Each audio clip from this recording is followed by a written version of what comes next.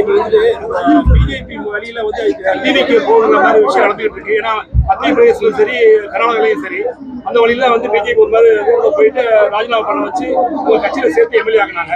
அதே மாதிரி ஒரு விஷயம் இப்ப தமிழ்நாட்டில் நடக்கிற மாதிரி ஒரு சூழ்நிலை நிலவிக்கிட்டு இருக்கு.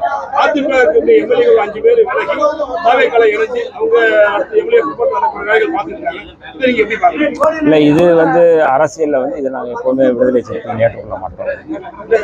திருமணம் என்ன சொல்லியிருக்காருன்னா இது ஏற்புடையதில்லைன்னு நீங்க சொல்லியிருக்காங்க. அதான் சொல்றேன், இது ஏற்புடையதல்லன்னு தான் சொல்றோம். இது நாகரிகமான அரசியலுக்கு ஏற்புடையதல்ல. எங்களுடைய தலைவர் எழுச்சி தமிழர் அவர்கள் சொன்ன கருத்து தான் கட்சியுடைய கருத்து. ஆக அந்த கருத்தை நாங்கள் வந்து தலைவர் முன்மொழிந்ததை நான் வழிமொழிகிறேன்.